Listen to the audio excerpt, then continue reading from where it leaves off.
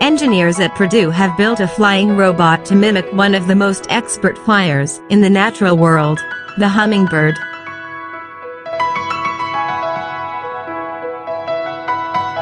Drones wish they could fly with the agility and grace of the biological family Trochilidae, which includes all 357 types of hummingbirds.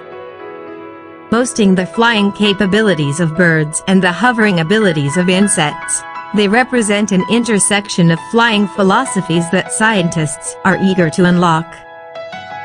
Hummingbirds could lead to leaps forward for search and rescue drones, commercial filming robots, military use, and any other flying venture that is punctuated by quick, unexpected stops and starts.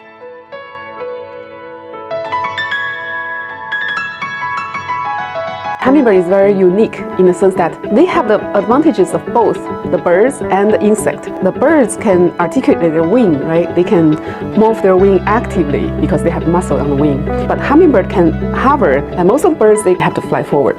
So basically, they have the advantages of both. First of all, you decode hummingbird flight, find out the aerodynamic principles. How do they generate lift? How do they do controls? What kind of wing kinematic patterns that make sense for your controls of your robot?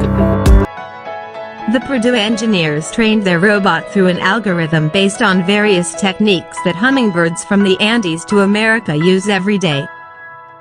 After going through the training, the robot has an understanding, so to speak, of when to pause and when to take flight.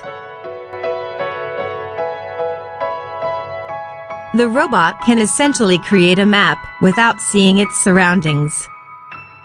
This could be helpful in a situation when the robot might be searching for victims in a dark place.